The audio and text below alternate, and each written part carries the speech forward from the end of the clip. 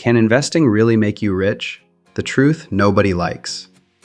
Most people think investing is how you get rich. They imagine that if they just find the right stock, the right strategy, or the right moment, their money will suddenly start working harder than they do, and everything will change. That almost never happens. Not because investing does not work, but because people expect it to do a job it was never designed to do. Investing is not a shortcut to wealth. It is a multiplier. And a multiplier only works if there is already something to multiply. This is why so many people feel disappointed by investing.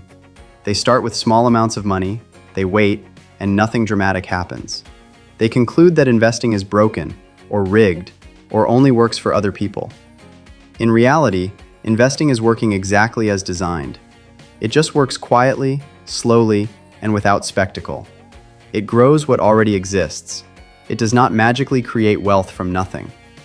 Wealth is usually created somewhere else. It is created through work, through building skills that people pay for, through owning businesses, through creating value in the world. Investing comes after that. Investing is what you do so that the value you create does not slowly disappear to inflation, taxes, and time. It is a defense system, not an engine. If you invest $100 and it doubles, you now have $200. That feels nice, but it does not change your life. If you invest $1 million and it doubles, you now have $2 million. That changes your life. The strategy did not change.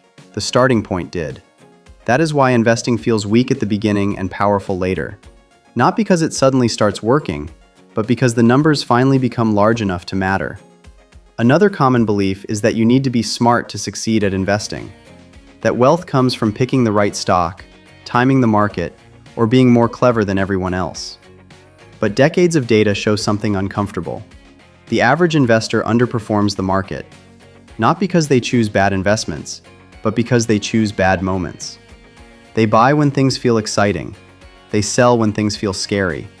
They react emotionally instead of acting systematically. The best investors are not the smartest people in the room. They are the calmest. They invest consistently. They do not constantly interfere. They do not chase trends. They do not panic when markets fall or celebrate when markets rise. They treat investing like a machine, not a casino. And that boring behavior quietly beats almost everyone else over time. People also believe that if they are strategic enough, they can speed the process up. They look for shortcuts. They use leverage. They speculate. They concentrate their money in risky bets. Sometimes this works, but often it does not. And when it does not just slow you down, it pushes you backwards. It erases years of progress. In investing, the most important rule is not to maximize returns. It is to avoid ruin. Because time only works if you survive long enough to use it. A strategy that grows faster but is fragile is worse than a strategy that grows slower but is durable. Fragile systems break. Durable systems compound. Risk is often confused with courage, but risk is not bravery. Risk is exposure to loss. You can take risks and be rewarded. You can also take risks and permanently damage your future. Wealth is not built by people who take the most risk. It is built by people who manage risk well. They choose stability over excitement. They choose consistency over drama. They choose boring over fragile. This is why investing feels underwhelming to many people. It is not designed to be exciting. It is designed to be reliable. It quietly converts consistency into freedom. It protects you from inflation. It protects you from time.